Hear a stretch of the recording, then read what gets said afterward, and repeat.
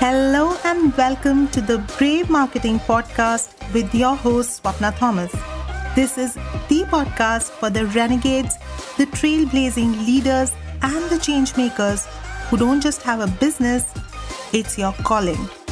Those of you who want to make a difference and make money, but all on your own terms. I'm on a mission to show as many life coaches as possible how you can have more income, more impact, and infinitely more fun by being unapologetically and bravely you and breaking all the rules. I have created 5-figure months with no paid ads, a tiny list, and zero complicated sales funnels. Simplifying marketing and teaching you how to use it for good in the world is my zone of genius. With this podcast, I'm here to share weekly episodes on the soul and the strategy of marketing, mindset, money, and everything online business. Let's dive into today's episode.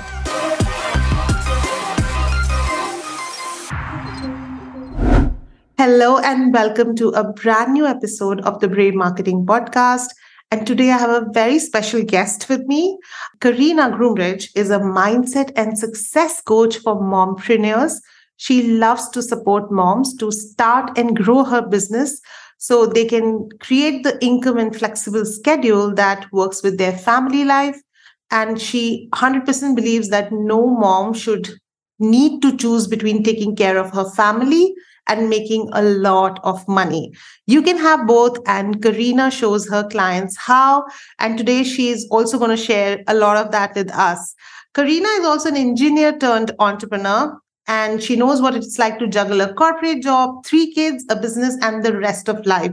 Her business has allowed her to leave her 9-to-5 corporate job, make 10K months, sell out offers, and grow an engaged community of raving fans. And I am so excited to talk about all of this with someone who has a very similar background to me. I've also done instrumentation engineering in my graduation.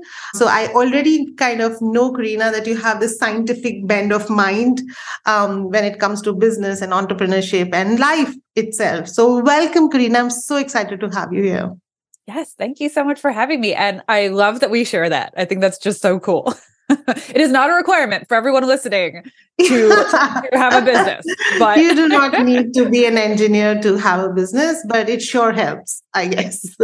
Yeah. There's no downside to that. But so talk to me a little bit about how did this unfold for you, being an engineer and then being in corporate and then kids and a business and a life. Like, I feel like your hands are full, but it also feels like a very fulfilling journey so far. So talk to us a little bit about how that has been and how it unfolded. Yeah. So for me, I never grew up knowing entrepreneurship. I was never surrounded by it as a kid. It was always you get a good education, you get a job, and then you work for 40 some odd years and you retire. This was always the kind of path that was laid out for me. And I just kind of got on board with it because I didn't know anything else. But I never really felt like the passion, like that, like fire within you. And you're like, oh my God, I love this. And I can't fault my parents for it, but they were just like, if you don't know, keep getting an education. It's like, this makes sense. Of course. Okay. And so that's what I did. And I kept going, but I'm like, I don't love it. And I kind of just had this story of like, but I don't really know what I'm passionate about. And then I had kids. Well, if you're a mom, this really changes everything. And that was kind of like my turning point to say, I don't know what I'm passionate about, but I'm going to figure it out. And that was like a very clear-cut shift in the way that I was thinking. And I showed up differently and I took different action to try and figure it out. And had somebody told me like 10 years ago, oh, by the way, you're going to start your own coaching business and you're going to talk to people all day, help them make lots of money and have a blast doing it, I'd be like, you're crazy. What are you talking about? And yet here I am doing just that. I ended up becoming a mindset coach and like helping people figure out, okay, what's standing between you and the results that you want to create? Like, secrets out, it's you, it's your brain, it's what is going on in your head. And that was exactly the thing that happened for me too. Like that story of, I don't know what I'm passionate about. I don't know what I want to do with my life. Just kind of like held on so tight. And as soon as I shifted it and decided something different, things changed so, it seems quickly looking back. In the moment, it did not seem quick. There were lots of steps in between, but just that shift was everything. And this is a huge part of how I support my clients, because we have these stories that we tell ourselves, and we just accept them for truth. We just accept them for like, this is how it is. So that's like, in a nutshell, that's kind of how I got to what I'm doing right now and the business that I've created. Yeah, and I find so many similarities between your journey and mine. I've had this same trajectory. Like I just kind of went along whatever came, and being in India, like an academic path was laid out for me. You either become a doctor or an engineer. So I went on to the engineering path, and I had no passion for it. I never felt like this. I could not imagine myself doing that. And even when I was in a corporate job, I could never imagine being in the same position that my boss was in. It felt like I never want to do this for the rest of my life. And honestly, having a baby gave me an out. I literally took my exit strategy and went out. I was like, I'm out and I'm going to be a stay at home mom. But obviously, I knew that that was not going to be forever. And like you, I can't believe that I get paid to do this, what I'm doing right now. And just like you, if someone had told me 10 years ago that, one day you will be talking to people all around the world and getting paid to talk to them, listen to them, hold space for them, I would have laughed for sure. Like this does not exist. There is no job like this for sure. So I love that, how we end up where we are meant to be eventually, right? If we just keep following our intuitive nudges and we keep following our heart, eventually you will definitely be where you're supposed to be. So, Karina, you help moms in business, right? And as a mom, I know the messy mindset drama, like you said, the thing between our ears that comes with being an entrepreneur and a mom. Like, I think it's a double whammy when you are a mom and an entrepreneur. So, what are some of the, maybe the top three things that you see, especially moms struggling with as they get their business off the ground and then they're scaling it and growing it? What are the things that keep coming back up again and again for moms? Okay, so this is a great question. And I think it's interesting. I work with business owners who are just starting, but also who are looking to scale and grow. So I find it really interesting because no matter which side you are on, like whether you're just starting out or in a position to grow, to hire help, to scale, the same struggles come up. And they're not, special for one particular person. Three of the top ones that I see are thoughts around time and how much we are able to, like the results that we're able to create with the time that we have. And of course, it never feels like enough. Another big one is boundaries. So putting up those boundaries and being able to kind of have a container for work and a container for family life and not have the two kind of bleed into one another. This is a big one for moms that I find because, the kids get home and they want your attention. And then, maybe business requests come in, and how do you juggle that in a way that feels good to you? So that boundaries would be the second one. And the third one that I find is the biggest struggle for moms and probably for a lot of humans, but particularly for moms, is letting people help you and accepting help. Because as a mom, you're running, like you're in charge of, another human or several, and you're running a household, you're taking care of all the things that come along with that, the doctor's appointments, the sick days, the meal planning, and like all the things. I find being able to let people in and let people help you and even asking for help. This is a huge part of what I coach my clients on, because so many of them are like, yeah, but I could do it. You totally could. I have faith in you. You could do all these things that you want to do. That doesn't mean you have to. And it doesn't mean that you need to in order to accomplish what you actually want. So I feel like those are the top 3 struggles that I see on repeat with my clients. And just as like a side note to everyone listening, these can come up at every level. And if you think you tackled it, you're like, oh, okay, I'm good. I'm okay. And then you reach this next level of growth and you're like, oh, damn it. Like it's come back. I just want to let everybody know it's normal. Nothing wrong. And now we just get better at recognizing it and moving past it. Yeah. And I completely agree with all 3 of those, especially when it comes to time. Like you feel like when you have small babies, you feel like, oh, you don't have enough time. And then when they are toddlers, then you feel like I don't have time. But I can tell you now, having a teenager, you still won't have time because now they have so many activities and they have like emotional stuff come up all the time. They need you to listen to them. And, you can't just like play with them anymore. It's like you literally need to have conversations with them. And then they have the studies and you need to help with them with that. Like that is a never ending game, right? Like it's never, if you don't feel like you have enough time, it's never going to feel like you have enough time. And you have to literally create time. And then that's where the boundaries come in place, I feel. For me, that was definitely a journey because when you are at home, right, everything feels like, oh, I could do just this one thing and then sit down to work. Let me tidy this one room. And then I'll feel like I have that workplace ambience, or this will just keep niggling in my brain. Let me just put the laundry away. And somehow the whole day has gone and you haven't done anything. And you also feel like you're failing at home because things don't get done all the time because your brain is in 2 places. So having that separation and having those boundaries clearly demarcated for you, and I guess it would still spill over because if you're working from home, it's bound to happen. But having that happen on your own terms is a completely different thing rather than just it being on autopilot, right? Like you're just shuttling between these 2 modes all the time. I think that in itself will take away so much of your energy and make you feel exhausted, even if you haven't really accomplished anything during the day.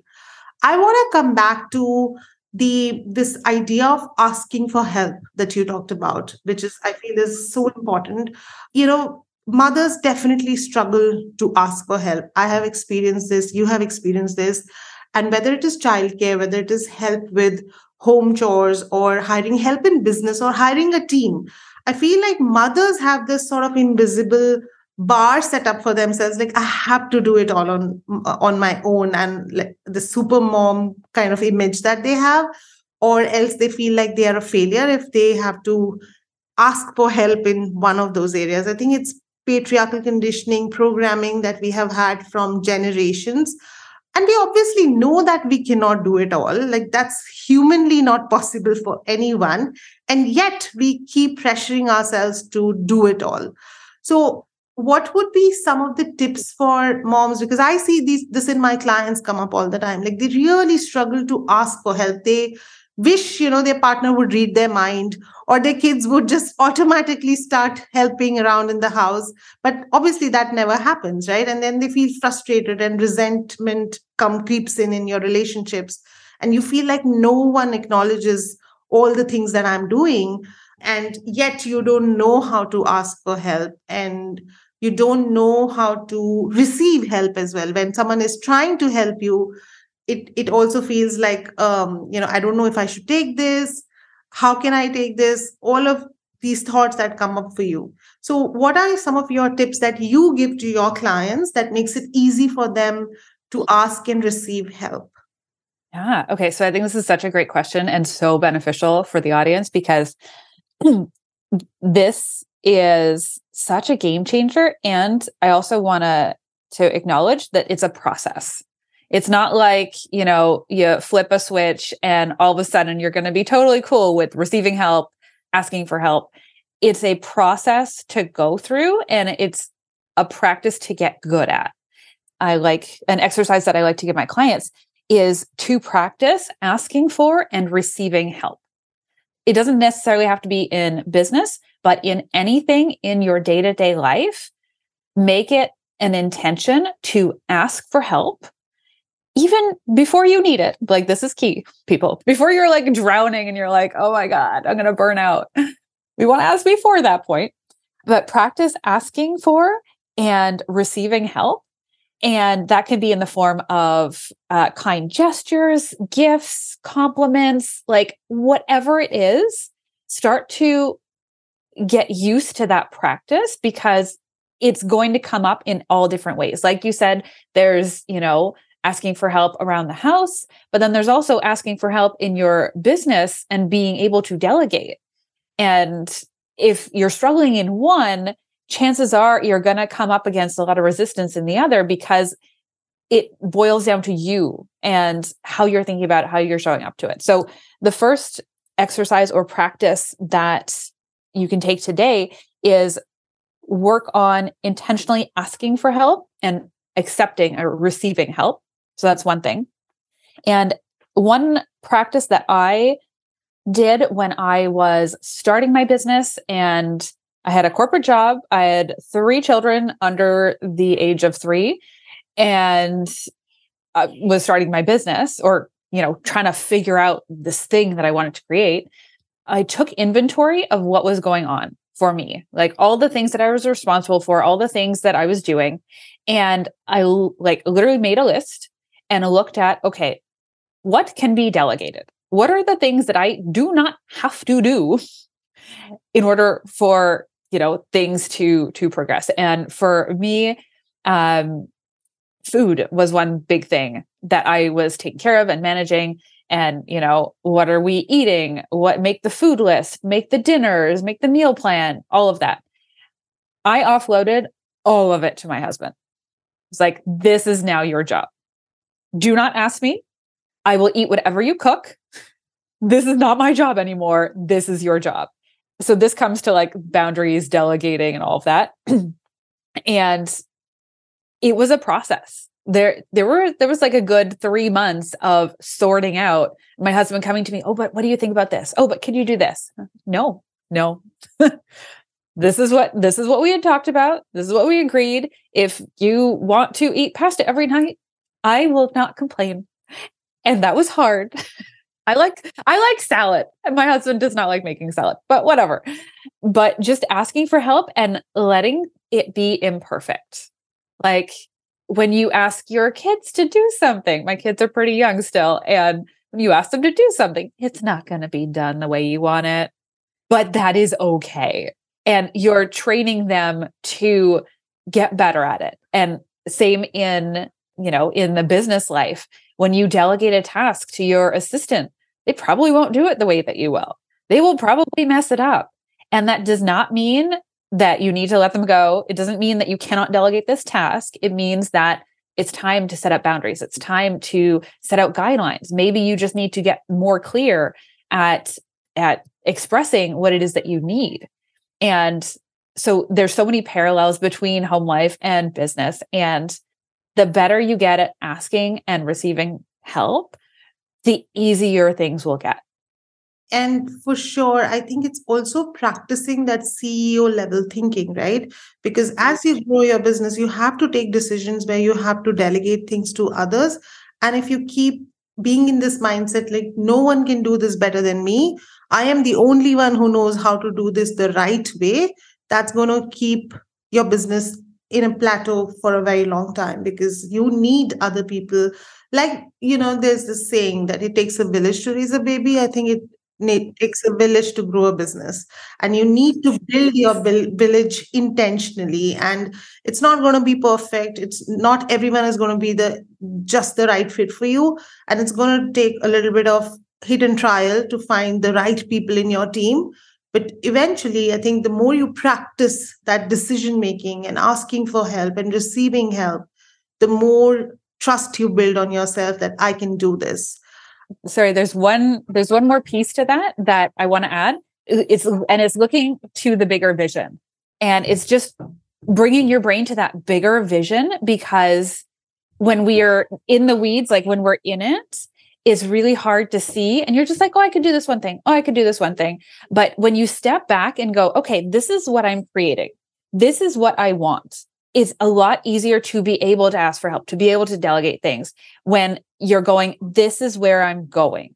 And in order to get there, this is what needs to happen, versus kind of like going at it day by day, going, oh, I could do that one more thing. I could do that one more thing. And like taking on those little things here and there is not the CEO level thinking that's going to get you where you want to go in a year from now. Absolutely. I love this. I feel also something that's very strong for me is this idea that motherhood is almost like a practice ground for being an entrepreneur. Yes. Like moms are made for entrepreneurship. Everyone might not choose entrepreneurship, but I think it's like a perfect practice ground for being an entrepreneur. Like once you have dealt with the labor, the aftermath of it, the healing, a baby with colic, the toddler tantrums, and for me now the teenage, roller coaster of emotions. Everything in business feels almost easy. Like I can handle this. What do you feel like? What do you see in your clients? And I feel one of the things. The reason I'm asking you is I feel like just by the sheer act of being a mother, I think moms somehow start underplaying themselves and they lose that power, that sense of power that they have within them. I think creating new life in this world is the most powerful thing. No one has that capacity, and I feel like we don't really integrate that and we don't really understand that, and we sort of underplay ourselves because I'm just a mom, I have these kids, like, constantly mothers underestimate themselves. So what do you see in your clients and how do you talk to them about this?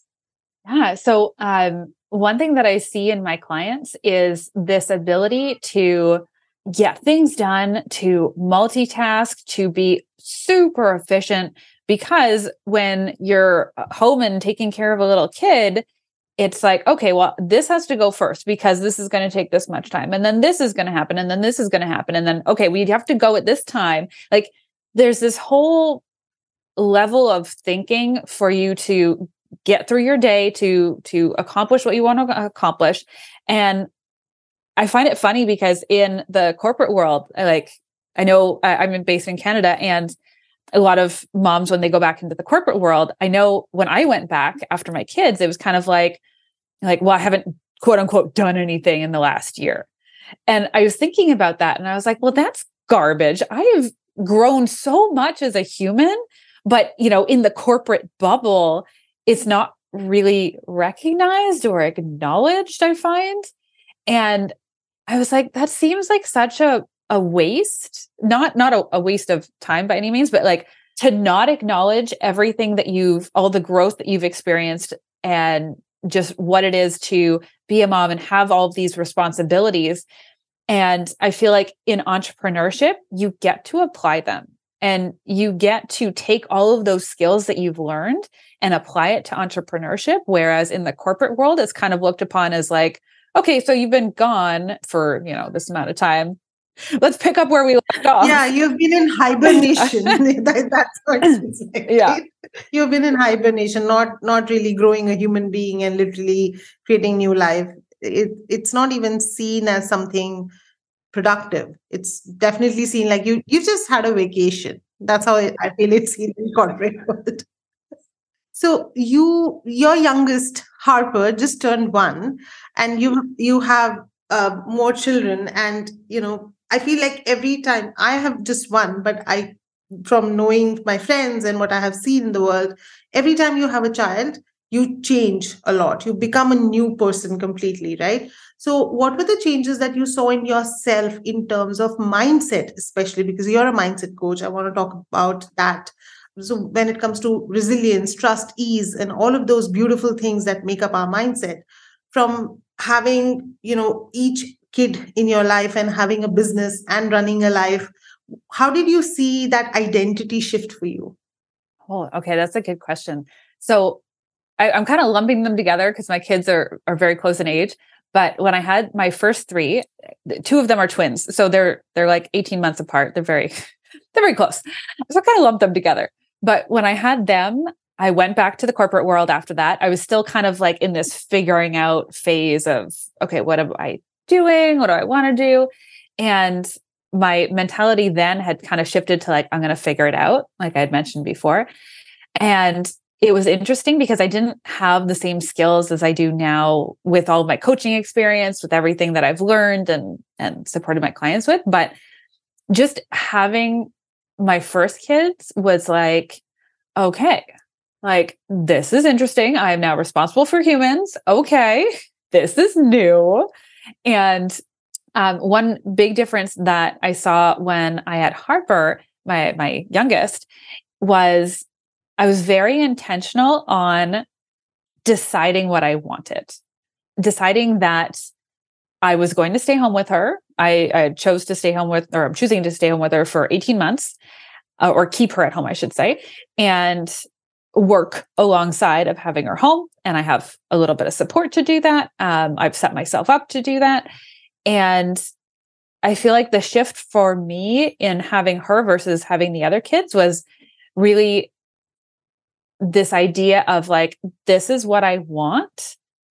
Let's figure out how to make that happen.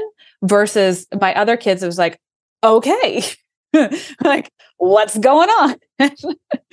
And there was a lot more like, oh, what's happening? Like, is this going to work? I don't know. There's a lot more uncertainty. Of course, there was a lot of change for me in that moment of like, can I make a business work? Can I do this?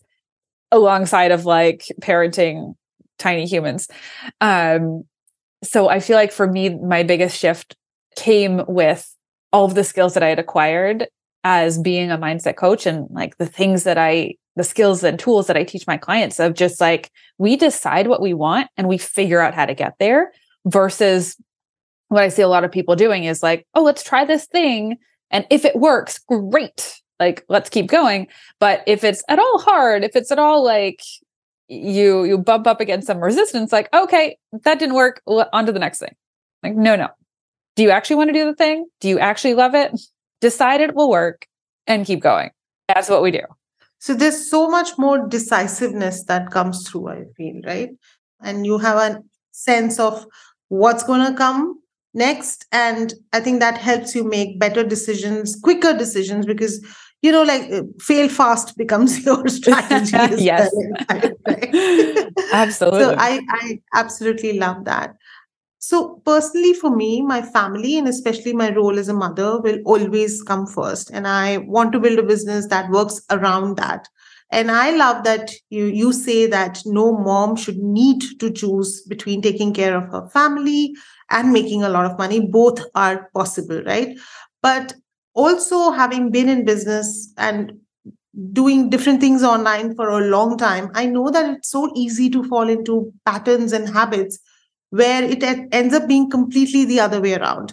And you are trying to fit in your family and your life around your business rather than the other way around. So how do we avoid that? Because flexibility and creating a business which is all about your family and takes your family along with it, and you get to have best of both the worlds, is what is your message all about, right? So I would love to know, what are your thoughts about building a life and business where you can put your family first and not have any guilt around that? Okay. I feel like the guilt part is like, we could do a whole podcast on it. But okay. So the short answer to this is hire me to help you do this, because it might not come naturally to you. It probably doesn't. And if it doesn't, you are not alone, first of all. And this is normal, because I find a lot of the mentality is like, oh, in order for my business to work, I must always say yes. I must always be available. I must. And there's these rules that we lay out for ourselves. And what comes to mind is one of my clients, she was in a service-based business. So she would take contracts, nights, evenings, weekends, that sort of thing. And at one point she would be going like away for the weekend with her family and being like, okay, I have a client at this time. So, you guys won't see me for the afternoon, but I'll be back for dinner and this and that. She was like, I don't like this. This isn't the way that I want my business to support my family life. And I was like, okay, well, we don't have to do that. Like, you can say no. And this comes back to the putting in place the boundaries, right? To say, this is my family time. And that doesn't mean that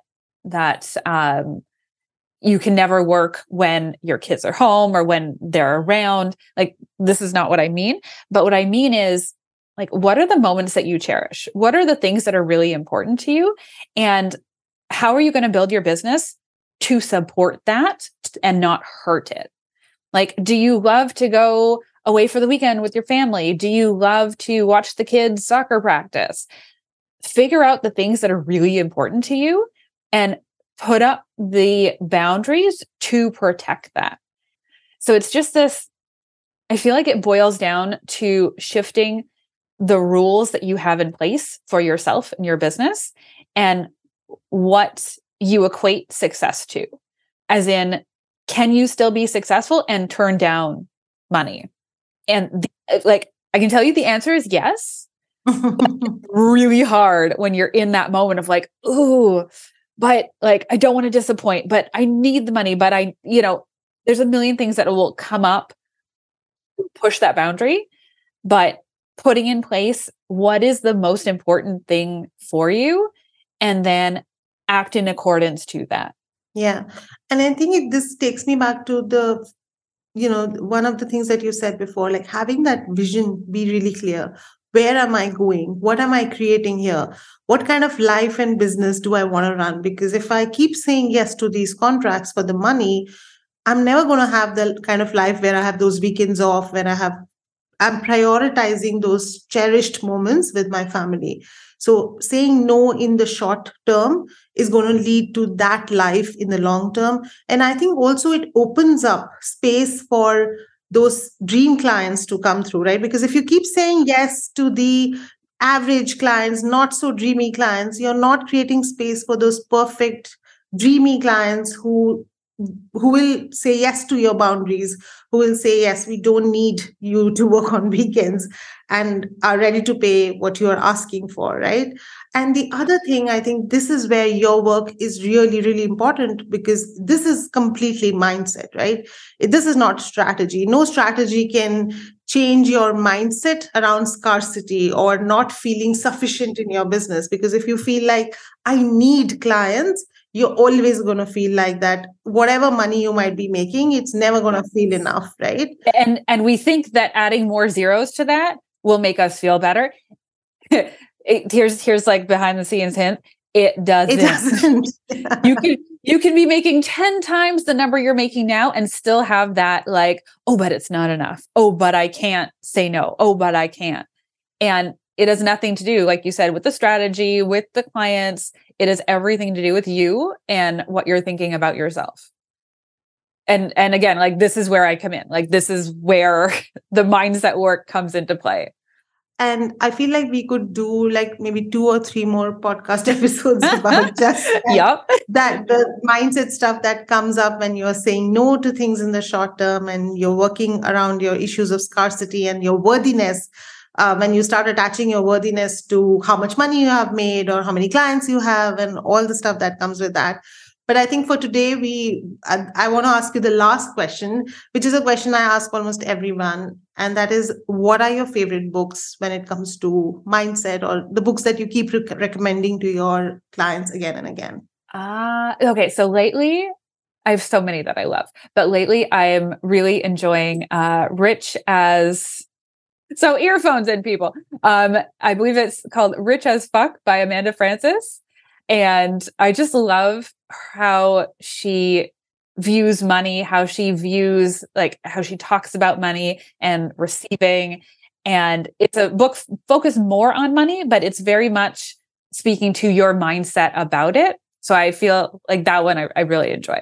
Love that. Yeah, I think she brings a lot of lightness and playfulness around money, which becomes a very heavy topic otherwise, like debt and making money and all of these things can feel very heavy. But I think she brings a lot of playfulness and lightness around it. And I love that book as well. So Carina, before we leave, what's going on in your world right now? How can people find more about you? We are going to definitely link up all of your socials in the show notes. But how would you love people to connect with you? What's the easiest and the most intimate way that you love to connect with people? Yeah. So I am loving showing up on Instagram and also on my personal Facebook, which is Carina Groombridge. And the handle is Carina Groombridge Coaching on Instagram. And I work with my clients right now one-on-one. And if anyone wants to know more, if you want to kind of see what support can look like for you, I offer a free call. So reach out and we can get that on the schedule and see if this kind of support is what you need to grow your business. I'm going to share all of those links, and anyone who is a mom and has a business, I think Carina is the go-to for you for sure. Get to know more about her, follow her, stalk her on Insta. She shares a lot of amazing content on her Facebook as well. Thank you so much, Carina, for coming on the podcast and sharing all of this awesomeness with us. I think anybody who is a mom in business is going to take away so much from this conversation. I have taken away so much from this conversation today. It was a pleasure having you. Thank you so much. That's the episode for today. Thank you so much for listening to this episode. I am thrilled to have you as part of the Brave Marketing community. Because this podcast is still brand new, it would mean so much to me if you could leave a 5-star review, as that will make it easy for other brave hearts to find this podcast and grow our community of rule breakers. Until next time, have a brave week ahead.